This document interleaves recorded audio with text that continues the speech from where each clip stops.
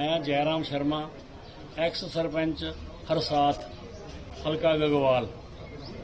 रात को 1:07 पे मेरे घर के आंगन में, मेरे मेन गेट पे बहुत बड़ा भारी विस्फोट हुआ है, बम विस्फोट हुआ है। जब हम बाहर निकले हमने देखा तो जो एंगल है गेट का, उसके इतने इतने पीस जो पुलिस वाले उठा के ले गए हैं वो इधर गिरे थे। हमारे बिल्डिंग के शीशे भी टूट गए, हमारे पड़ोसी के सामने जो घर है उसके शीशे भी टूटे। और मौके पे मैंने फिर रात को पुलिस कंट्रोल रूम में 1:08 पे फ़ोन किया। तकरीबन आधे पौने घंटे में यहाँ SHO साहब पुलिस के साथ यहाँ पहुँच गए। उसके बाद DSP साहब भी आए, अब तो SP साहब भी आए हुए हैं। उन्होंने सारी इंक्वायरी की, जहाँ कतरें इकट्ठी की और जो शीशे टूटे हुए हैं वो भी देखे, पड़ोसियों के शीशे जो टूटे हैं वो भी देखे। और जिन लोगों ने ये इतनी इतनी दूर आवाज़ सुनी उन्होंने सबके वहाँ यहाँ बयान भी उन्होंने लिए। और गेट भी हमारा अब वो ले गए हैं और सीज करके ले गए हैं। जो सामान इधर बिखरा पड़ा था, जो कचरे पड़े थे, जो बम की कतरें गिरी थी, वो भी सब उठा के ले गए हैं। अब तो सर इंक्वायरी करने के बाद पता लगेगा। इलाके में दहशत का माहौल है, लोग डरे हुए हैं। इन लोगों को हर सूरत पकड़ना चाहिए कि ये किसने शरारत की है, क्योंकि नहीं तो जो अगर माहौल ऐसे अगर नहीं पता चला, नहीं कोई, तो जो ऐसे जो बैड एलिमेंट जो बुरे लोग हैं इनका जो हौसला बढ़ गया तो काम खराब हो सकता है। क्योंकि यहाँ हम बॉर्डर एरिया के रहने वाले हैं, 5-6 किलोमीटर यहाँ से बॉर्डर है और मेरे ख्याल में बाई एयर तो और भी कम है।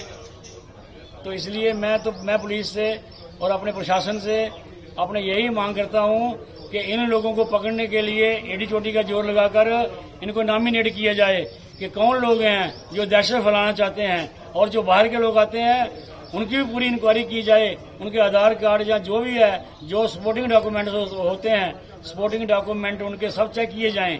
क्योंकि कोई फेरी के बहाने आ रहा है, कोई कुछ बेचने के बहाने आ रहा है। देखो ये इतना बड़ा बम विस्फोट हुआ है, कोई छोटी मोटी बात नहीं है। हमारे बच्चे बच गए, हम खुद बच गए। अगर ये 2-4 घंटे पहले ये विस्फोट हो जाता तो हमारे बच्चे स्कूल जाते हैं, हमारा मेन गेट है, हम भी इधर 24 घंटे खड़े रहते हैं। और अब मैं प्रशासन से यही मांग करता हूं कि इन लोगों को पकड़ने के लिए पूरी कोशिश की जाए। जय हिंद, जय भारत। अभी ऐसा पहले मेरी अभी 74 ईयर मेरी उम्र तकरीबन हो चली है, लेकिन जिंदगी में ना पहले मैंने सुना और कम से कम यहाँ 250 लोग मौके पे खड़े थे। सबने बोला कि आज तक इतनी ऊंची इतनी बड़ी आवाज हमने नहीं सुनी, ऐसा विस्फोट कभी नहीं देखा हमने अपनी आंखों से। ये हमारा पहला वाकया है, जिंदगी में पहला है। जी मेरा नाम जॉनी शर्मा है, मैं यहीं हरसात गांव का ही रहने वाला हूँ। तो क्या हुआ रात को कितने बजे? ये हमने सुना कि करीब 1 बजे 5-6 के करीब ये धमाका हुआ, बड़ा जोरदार धमाका। 3-4 किलोमीटर के जहाँ तक आवाज जाती है वहाँ तक ये धमाका सुना गया रात को। तो ऐसा पहली बार हुआ है या? पहली बार पूरे इलाके में हमने कोई ऐसा पहले कभी नहीं सुना ना देखा। और पूरे इलाके में दहशत का माहौल है। और ये पता नहीं कोई ड्रोन है या कौन सा ब्लास्ट है, कोई समझ में नहीं है। कोई आईडी लगाई थी किसी ने, जब चलते चलते कोई बम फेंक गया, कोई पता नहीं चल रहा है इसका। अभी ये पुलिस इन्वेस्टिगेशन कर रही है, उसका मटेरियल वगैरह इकट्ठा करके ले गई है। एक जो गेट है, ये हमारे एक्स सरपंच है, इनके घर का जो गेट है ना, बाहर का मेन गेट है, उसका एक गेट जो है अलग हो गया है बिखर के। तो ये बड़ी एक भयानक, कोई पता नहीं चल, पहली बार ये इलाके में ऐसा हुआ। और कहीं ये ऐसा लग रहा है कि जैसे अगर कहीं भीड़ में दिल में या कहीं जैसे अभी लोग इकट्ठे हुए हैं, तो ऐसा धमाका अगर उस टाइम हो जाए तो कितने लोगों की तो जान चली जाती है। ये कोई रात को पता नहीं किसने क्या सोच के ऐसा किया है। तो लोगों में डर का माहौल है? पूरा डर का माहौल है जी।